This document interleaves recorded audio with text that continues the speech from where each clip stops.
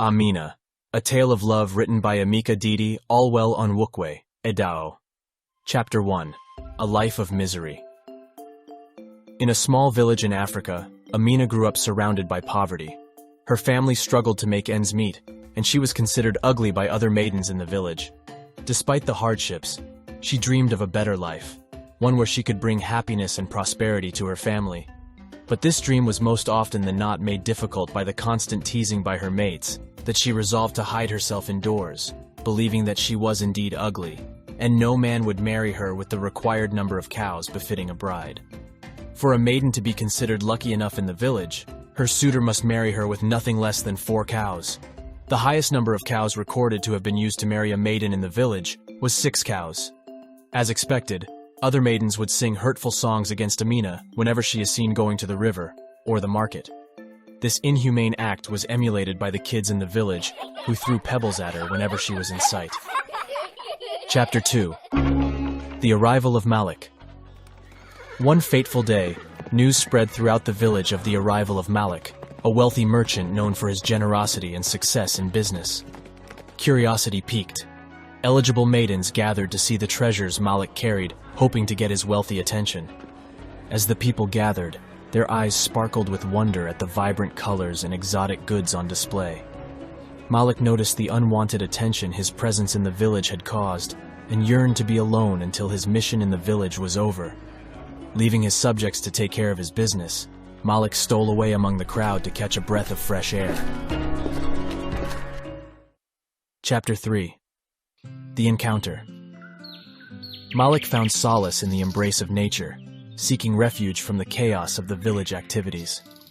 Underneath the verdant canopy, Malik discovered a towering oak tree, its branches stretching out like protective arms. The tree beckoned him to its base, and he gladly obliged, settling himself on the soft moss-covered ground. A gentle breeze whispered through the leaves, carrying the scent of wildflowers and damp earth, enveloping him in a soothing symphony of natural fragrances. As he sat beneath the majestic oak, he let his gaze wander through the forest tapestry down to the river beyond. Sunlight dappled the forest floor, casting intricate patterns that danced with every sway of the branches. Birds fluttered from tree to tree, their melodic songs creating an enchanting chorus that resonated deep within his soul. His gaze seemed to be fixed on something. It wasn't the trees, it wasn't the birds, or the golden sun seated majestically in the sky. His gaze was on Amina, edging away in the forest to avoid the teasing agony from the villagers. She had a jar under her arms, intent on fetching some water from the stream. Amina edged towards Malik and turned standing face to face with him. She knew that instant that he was a stranger, for she had not seen him before in the village. "Who are you hiding from?" Malik asked, his eyes fixed on Amina's weary face. Amina backs up, turns, and hurries away from him. "Wait," Malik said, but Amina wouldn't wait. He ran after her and lost her in the forest. Chapter 4. The Quest Begins. Malik returned to his subjects and whispered among them that he had met an angel, one whom he would so much love to marry with several cows. Such words from a wealthy merchant like him spread like wildfire. Soon enough, parents urged their daughters to troop out to be seen by the rich merchant, who might marry them with so many cows. In a bid to lay his eyes once again on Amina, Malik decided to spend more time in the village. Malik wandered through the quaint village, his gaze filled with hopeful anticipation. With each graceful stride, he scanned the faces of the village maidens, searching for Amina. His eyes danced from one gathering to another, his heart pounding in his chest. As he approached each group, he inquired politely, his voice carrying a mixture of curiosity and longing. Despite the initial disappointment of not finding Amina among them, Malik's determination remained unyielding. With a steadfast resolve, he continued his quest, traversing the village with an unwavering belief that fate would guide him to his beloved Amina. Chapter 5. The Unknown Maiden. The atmosphere in the village exuded elements of surprise. Malik had been given the leave to check every maiden in the village as mandated by the village head, but to everyone's consternation, none of the maidens happened to be the one he was looking for. His subjects began to wonder if he had met a ghost, or was merely yielding to a wild imagination that has often accompanied a situation of being single for a long time. He equally started doubting his sanity. Maybe he had met a ghost, or an illusion created by the fragments of his longing. The question echoed in the village. Who could this unknown maiden be? Chapter 6. An Ending Quest. The village head was weary of Malik's quest, and was equally worried that such an important guest to the village would leave unsatisfied. Malik had gathered all he had come to acquire from the village, for he traded frequently with them. He was ready to leave.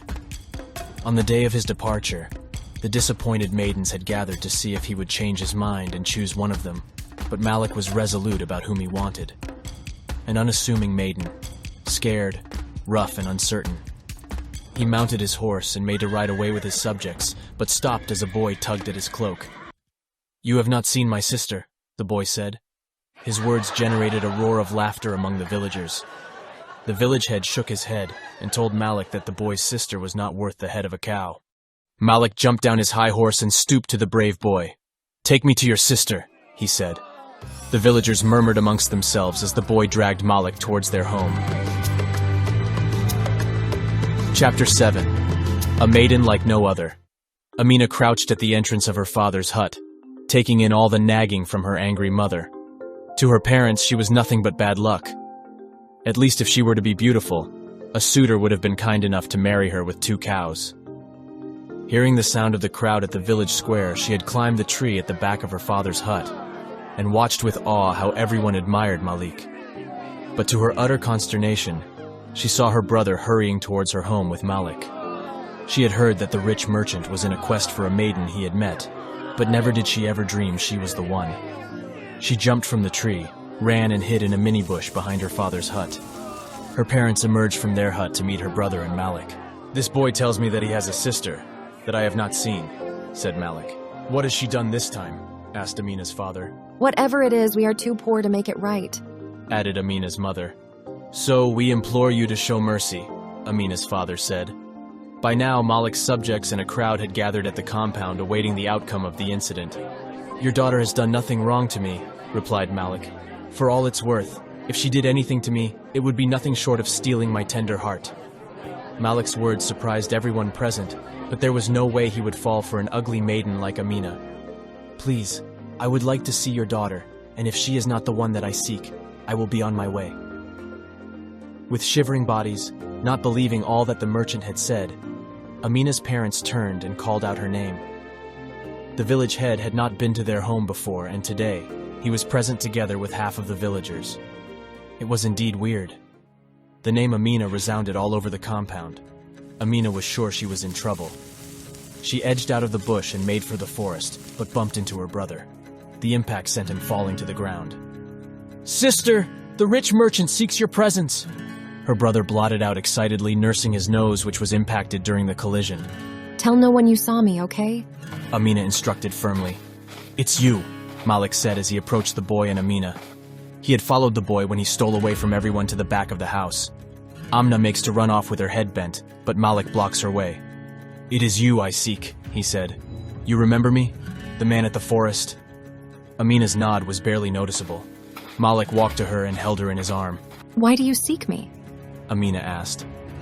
"When the heart sees what it is meant for, it beats more for it. I seek to make you my wife, Amina." Malik's words sounded like music in her ears. Amina looked at Malik, this time in his eyes. Malik led her out to the crowd to everyone's surprise. Chapter 8. Head and Tail. The village head and the villagers were gathered as the custom was to hear a suitor name the total number of cows he had prepared to pay for the maiden's hand in marriage. Everyone expected Amina's parents to accept whatever Malik had to offer. Her father had told him not to disgrace them in public. He begged that they did the announcing in secret, believing that his daughter was not worth more than a cow, but Malik was determined to follow custom, for he was an honorable man. At the village square, everyone had gathered for the most surprising event of the season. Whispers spread among the women. One said that if Amina's father asked for a cow, that Malik would offer to pay with the head of a cow, and that if Amina's father asked for a head, Malik would offer the tail. A roar of laughter resounded in the crowd. The deciding moment had come, and everywhere was silent. It was time for Malik to announce what he had to offer Amina's father. His voice resounded with such dignity and boldness, reaching the far distant seas across the horizon. people of this great land," he started, "I will marry Amina with—" Hearts raced, eyes roved, ears tingled to hear the next words that would come out from the mouth of the rich merchant who was every woman's dream. "I will marry her with 12 cows." Chapter 9. The Aftermath. This was a phenomenon that had not happened before in the village. A maiden being married with 12 cows was the zenith of all events. And this being for the ugly Amina was a wonder to everyone. The record had surpassed that of the 6 cows that was used to marry a maiden in the village. Amina's wedding ceremony was such that had not been witnessed in the village before. Everyone marveled at her newfound beauty as she looked pretty in her RTA standing close to the handsome Malik. Suddenly everyone forgot about her past and showered praises on her. She became everyone's favorite. Even her father opined that his daughter was worth more than 12 cows. That was perceived as a joke, but the incident had inspired other maidens termed ugly to step out into the light with the hope that they someday would meet their own Prince Charming that would light up their destinies. Epilogue. Amina's story spread far and wide, inspiring others to pursue their dreams and strive for a better life. She became a beacon of hope, reminding everyone that one's circumstances do not define their future. Malik and Amina's legacy lived on as a testament to the transformative power of love, determination, and the willingness to always view everyone as humans. Their story continues to inspire generations, encouraging people to believe in their dreams and work towards a brighter future.